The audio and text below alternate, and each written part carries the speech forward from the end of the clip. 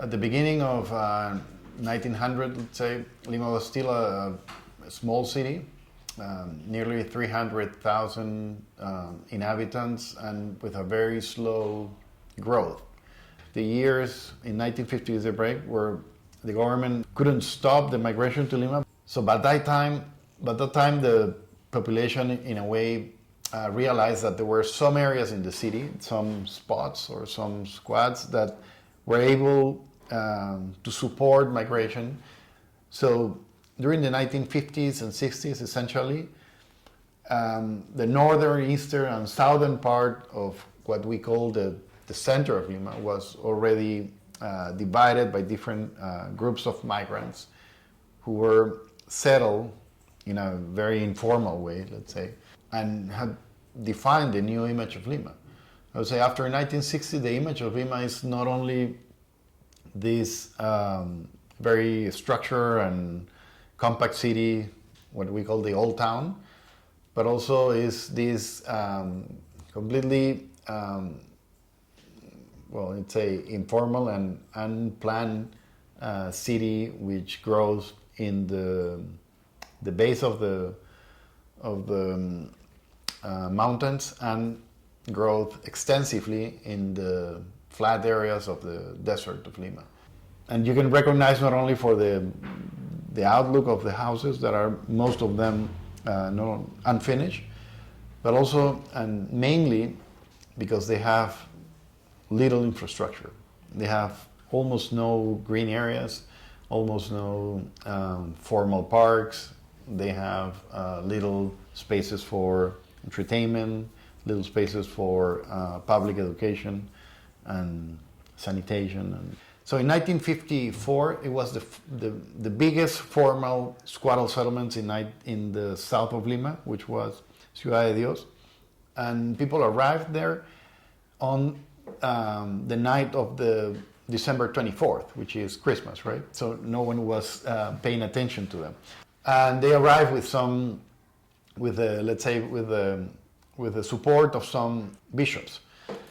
And they were intermediary between the society, this group of people, and the government. And what the government did is, okay, we're going to help you to establish a decent and formal space. And what they did is the first formal, informal development in Lima, where they would receive a minimum plot of 150 meters, and they have a basic sewage, water, and power, and electricity. And that was it. And they had to build their houses over the time. It was progressive housing, basically. It was the beginning of progressive housing. And there was the solution, in a way, to accommodate the people. Once the government accepted the fact that the people were invading and they had to accommodate, more people start to do invasions or squatting in the deserts. And the military government started to accept the fact that they were squatting, and they accept the fact that they were new citizens, and even started to politically play with that and support them to get their votes. And there was agenda in the government to provide them with water, electricity, power, very slowly and very manipulated, because they were always going in campaigns. During campaigns, they were going to these neighborhoods to offering new services, right? After 1956, the second part of the decade, the new government of Prado had a very open policy of saying, we're going to build enough low-income housing neighborhoods so you can take them and you don't have to squat. And that's going to be a new policy of not allowing the squats. We're going to recognize all of them, but we're going to build enough housing so people can occupy this new neighborhood.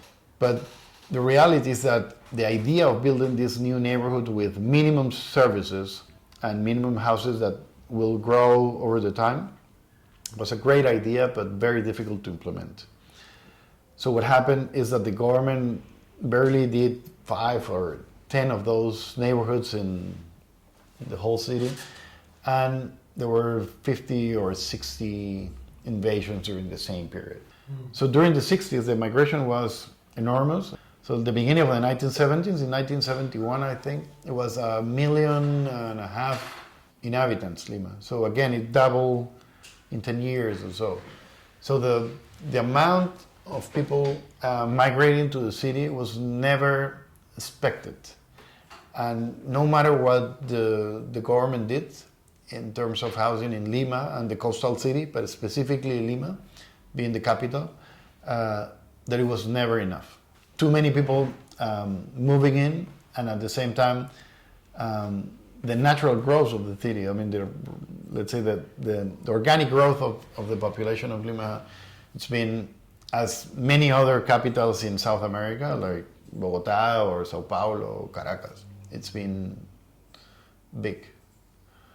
It's been immense, let's say, and it's unmanageable. I mean, if you see the growth, it's been like doubling the size every, I don't want to say every decade, but every 20 years. So there's no plan that can manage that amount of people moving into the city. And with no housing, at the same time, there is no enough education, not enough work, not enough health services, and of course, not enough formal jobs. So all this is a vicious cycle that consolidates itself with an informal way of life, in a way.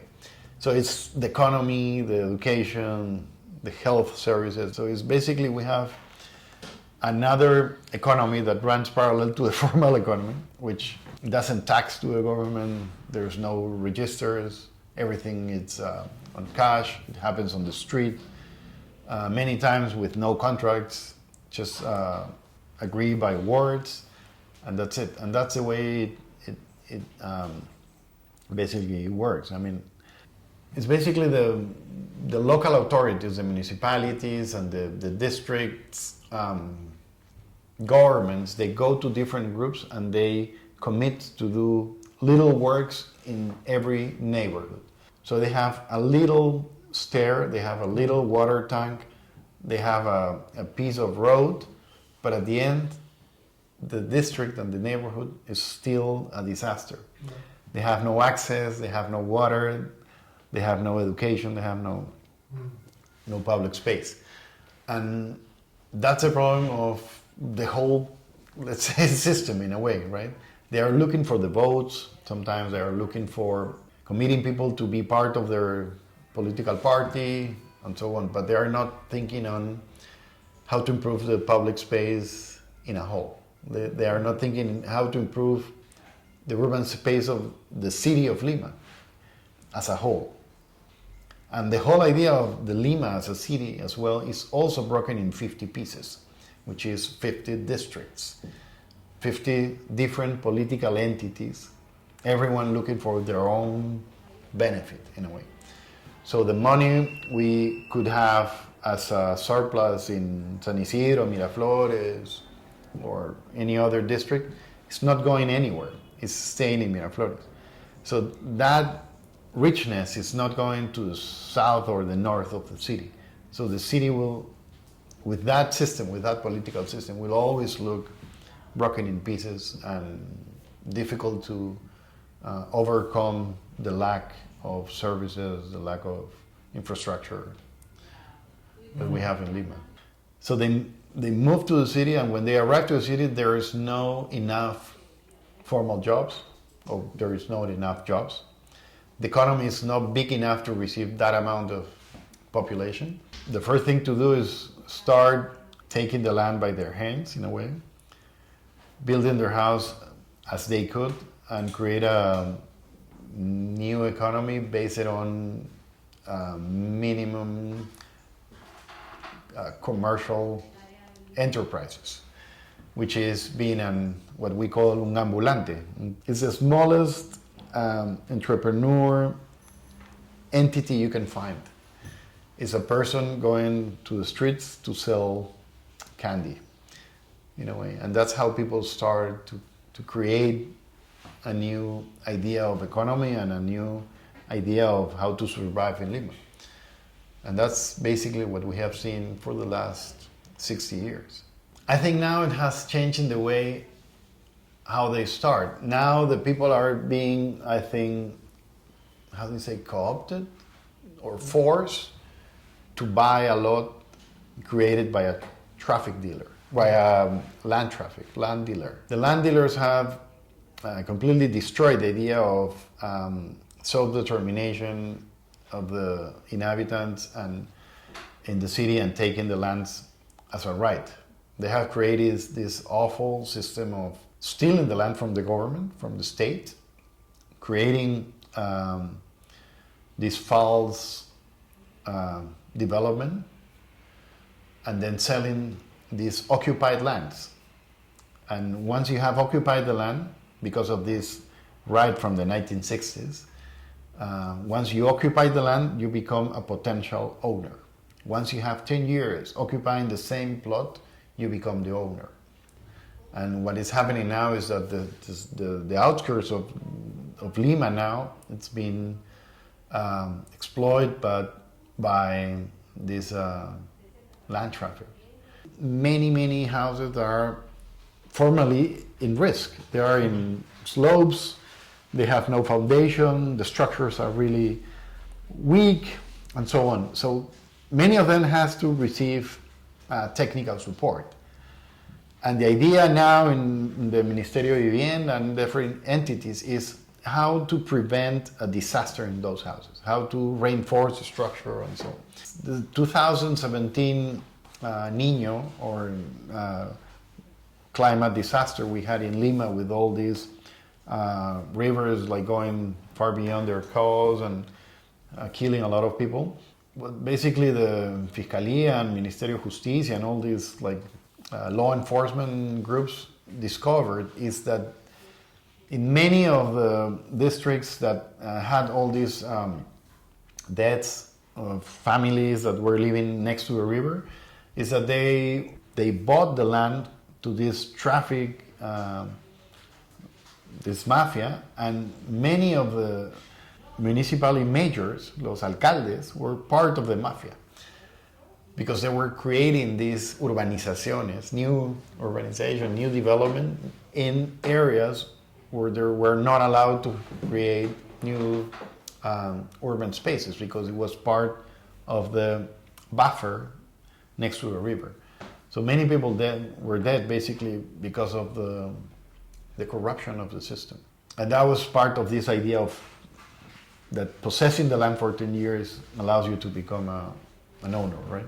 You're allowing, let's say, the population to become the designers of the urban space. And you're, in a way, leaving the idea of the state as the regulator, I don't even want to say the designer of the urban space, but let's say the entity in charge of looking after the people who's living in the cities. So now the idea of the urban space is in hands of anyone. And that's very dangerous. And that's why Lima has that new urban space, which is a chaotic urban space in a way.